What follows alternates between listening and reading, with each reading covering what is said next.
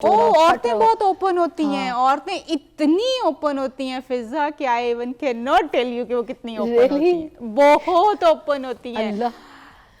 छोड़ दें, उनकी कोई बाउंड्री नहीं होती कि हमने कितना ओपन होना। आदमी तो ये सोचते हैं ना कि हम, नहीं आपके पास केसेस आते हैं, कोई एक आध एग्जांपल तो दें हमें, बताएं। मतलब खुद ही सुन के सोच के हंसी, हमें भी हंसा है। मतलब औरतें अपनी बेड लाइफ को इतना इजीली डिस्कस कर सकती हैं कि आदमी कभी सोच नहीं सकते। आदमी कभी सोच नहीं सकते, वो उतना नहीं। औरतें बहुत ओपन होती हैं। सो औरतें जो है ना, लेकिन ये उनकी नेचर भी है, उनको ये एक ऐसा आउटलेट होना चाहिए कि जहाँ पे वो अपने आप को निकाल दे।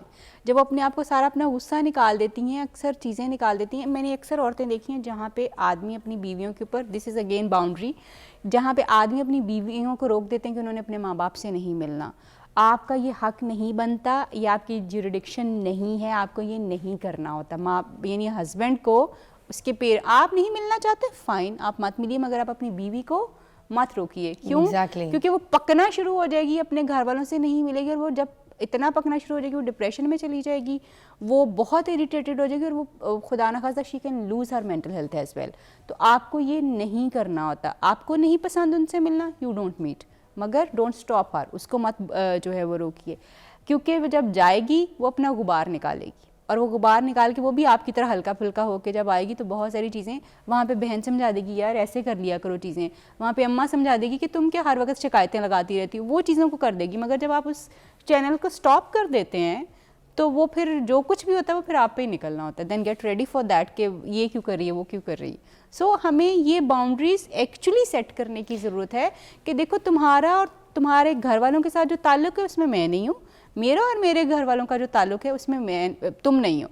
यस, तुम्हारा और मेरे घर वालों का जो ताल्लुक होगा, उसमें कोई तुम्हारी डिसरिस्पेक्ट होती है, तुम्हारे साथ कोई ज्यादती होती है, कोई बदतमीजी होती है, I am there to support you. इसी तरह से तुम्हारे घर में मेरी कोई इस तरह की बदतमीजी मेरे साथ होती है तो you have to protect me and you have to support me. ये बाउंड्रीज होना बहुत ज़रूरी है। जबकि हम ये देखते हैं कि अक्सर जो है लोग इस चीज़ का जो है वो नहीं ख्याल रखते। बीवी को जो है वो देवर भी सुना रहा होता है, बहन भी सुना रही होती है, सास भी सुना रही होती है। इसी तरह से हस्बैंड को जो है जब वो अपने ससुराल चला जाता है तो वहाँ पे भी हर कोई उसको मजाक मजाक में टॉन्ट टॉन्ट में बहुत सारी चीज़ें सुना रहा होता है। सो मियाँ और बीवी दोनों को they really need to be clear about it कि ये चीज़ें जो हैं वो नहीं होनी। ये मेरे घर वाले जो हैं वो मेरी बीवी को इस तरह की कोई बातें नहीं सुना सकते, और ना ही मेरी बीवी इस तरह की कोई बात जो है उनके साथ कर सकती जो कि उनके राइट्स को वायलेट करेगा कहीं ना कहीं। अच्छा, कि जैसे कुछ टिकटॉकर्स हैं, कुछ ऐसे मैंने देखा है लोग हैं जो सोशल मीडिया पे ऐसी वीडियोस बना लेते हैं और उसके बाद उसको वायरल करते हैं, तो ये किस तरीके का रिलेशनशिप है जिसमें ब्लैकमेल भी कर रहे होते हैं? ये भी एक रिलेशनशिप है ना? इसको भी मैंने कहा डिस्कस करें क्योंकि लोग तो आम देख रहे हैं। नहीं, बहुत ज़्यादा आपने बड़ी इंपॉर्टेंट बात की है फिज़ा, कि आजकल हमारा बड़ा शौक है कि हम अपने आप को वीडियो करें अपने पार्टनर के साथ, और इस ताल्लुक को नाम क्या देना है? हाँ, ये जो ताल्लुक है, ये जो एक ऐसा रिलेशनशिप जिसको मैंने देखा टिकटॉकर्स भी प्रमोट कर रहे हैं, फिर ब्लैकमेल हो रहे हैं, इसको नाम क्या देना है? इसको नाम आप पहले एक अच्छा दे चुके हैं। काफ़ी है, वो नाम काफ़ी है। हर ताल्लुक की फिर देन अगेन बाउंड्रीज होती है। मतलब ठीक है, आपको कोई बंदा पसंद आ गया, हम मोहब्बत को तो चैलेंज नहीं कर सकते पहली बात, मगर मोहब्बत की अपनी बाउंड्रीज़ हैं, उसकी अपनी एक रिस्पेक्ट है। आप एक ऐसे बंदे को जिसको आप शायद अभी खुद समझने की कोशिश करें, आप उसको दुनिया के सामने एक्सपोज करके अपनी बहुत सारी चीज़ें एक्सपोज कर रहे हैं, या आप उसके ऐसे बहुत सारे पॉइंट्स जो कि आपको सिर्फ पता होने चाहिए, या आप उसको समझने की कोशिश करें, उसको कंट्रोल करने के लिए आप अपने पास उसको वीडियो कर रहे हैं या उसका रिकॉर्ड अपने पास रखें, ताकि टाइम जब आए तो आप किस तरीके के डिमांड्स हैं जो रिलेशनशिप, एक ऐसा रिलेशनशिप है जिसमें शादी से पहले आप डिमांड कर रहे हैं वीडियो कॉल पे आओ। भाई वीडियो कॉल पे आना, अगर कोई चलो बहुत ऐसी भीड़ वाली जगह पे कोई जगह दिखानी है, that is something else. Two people in separate rooms अपनी अपनी जगहों पे, and they're coming on the video call जहाँ पे कोई और नहीं है, किसी बंदे की जात नहीं है, and then you are just demanding something else, that is bad. And then blackmailing. Exactly. अच्छा, मैं इस चीज को तब लड़की को क्यों नहीं समझ आता? मैं पार्शली, अच्छा कुछ लड़कियां भी ब्लैकमेल करती है, उस वक्त लड़कों को क्यों नहीं समझ आता? ये बिल्कुल एक्चुअली ये रिलेशनशिप की बाउंड्रीज को ना समझने वाली बात है। क्योंकि देखें, अगर आप किसी बंदे को नंगा कर रहे हैं तो नंगा तो आप भी हो रहे हैं, आपकी वैल्यूज़ भी तो चैलेंज हो रही है ना, कि आप इतने एक ऐसे फजूल इंसान हैं जिसको ये पता नहीं है कि उसने रिलेशनशिप की इज्जत को रखना कैसे है, वो वीडियो बना के खुद ही वायरल कर रहा है। तो आप सिर्फ उसको नहीं कर रहे, आप अपने आप को भी कर रहे हैं। डोंट फॉरगेट दिस, जब आप किसी पे गंद उछाल रहे हैं, वो गंद आपके ऊपर भी आ रहा है, सिर्फ वो बंदा उसका निशाना नहीं बन रहा।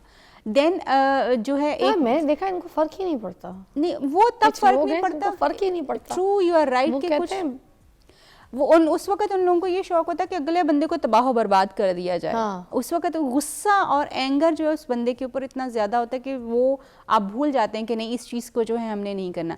एट द सेम टाइम आपने देखा होगा फिज़ा कि लोग जो हैं इस तरह की वीडियोस जब बना, जैसे अभी आपने कहा कि वीडियो कॉल के ऊपर आना है, मैं इस चीज़ को तो प्रमोट ज़रूर करती हूँ कि जब आप अपने शोहर के साथ हों, वो मुल्क से बाहर हों, दूसरे शहर में हों, तो do have the video calls ज़रूर करें, ताकि आपका एक कनेक्शन उनके साथ जो है वो ज़रूर बने। मगर ऑफ कोर्स वो जो दूसरी बात अभी आपने की है कि एक्सपोज करना अपने आप को कुछ अनएक्सेप्टेबल चीज़ों के लिए करना, डोंट डू दैट। क्योंकि अच्छा, और दूसरा कुछ बच्चियां जो हैं वो ओवर 40s जो लड़के हैं, लड़के तो नहीं हुए, मर्द हैं, उनको जो है वो यूज़ कर रही होती है, उनसे गिफ्ट्स लेती है, महंगे महंगे खर्चे करवा रही होती हैं, वो भी एक रिलेशनशिप का नाम देती हैं। एग्जैक्टली उसकी एक रीज़न है। देखें अभी पिछले दिनों ना मैं सोशल मीडिया पे एक स्टेटमेंट पढ़ रही थी कि मर्द के पास पैसा हो तो कोई भी खूबसूरत औरत जो है वो उसके साथ मोहब्बत में फॉल कर सकती है। आपकी सोसाइटी को जो खोखला करने वाली चीज़ें होती हैं ना फिज़ा, वो इस तरह के स्टेटमेंट्स होते हैं कि मतलब कोई भी आदमी जो दौलतमंद है, खूबसूरत औरत जो है वो उसके पीछे पागल हो जाएगी और उसके पीछे सारी चीज़ें करना शुरू कर देगी। इस तरह के स्टेटमेंट्स जब आप अपनी सोसाइटी में रीइंफोर्स करते हैं तो वो अल्टीमेटली इन चीज़ों के ऊपर जाते हैं। क्योंकि लड़कों को ये बात हमने सिखा दी है कि तुम्हारे पास पैसा होगा तो तुम्हारे पास कोई भी खूबसूरत लड़की चल के आ सकती है, क्योंकि तुम पैसा दोगे तो वो कुछ भी कर लेगी। एंड देन अगेन हमने औरतों को भी ये चीज़ें सिखा दी हैं कि तुमने पैसे वाला आदमी जो है वही ढूंढना है ताकि तुम्हारी ख्वाहिशात पूरी हो जाए। दैट इज़ वाई मैं ये समझती हूँ कि हम इतने खोखले रिलेशनशिप जी रहे हैं, क्योंकि रिलेशनशिप बनाने की ग्राउंड्स बहुत डिफरेंट हैं। जब आपको एक अमीर आदमी अट्रैक्ट कर रहा है सिर्फ अपनी दौलत की वजह से, तो कल को उससे भी बड़ा अमीर आदमी जो है वो आपको मिल सकता है जो आपको अट्रैक्ट सिर्फ दौलत की वजह से। मैं कह रही हूँ बिकॉज अगर राइट रिलेशनशिप की बुनियाद अगर रॉन्ग रीजंस के ऊपर होगी तो कभी भी रिलेशनशिप वर्क नहीं करेगा। Perfect. आपको रिलेशनशिप को राइट थिंग को राइट बेसिस के ऊपर, यस इसमें कोई बुराई नहीं है कि आप किसी इंसान को अपने लिए चूज कर रहे हैं, मगर राइट ग्राउंड्स के ऊपर, राइट ग्राउंड्स के ऊपर कीजिए।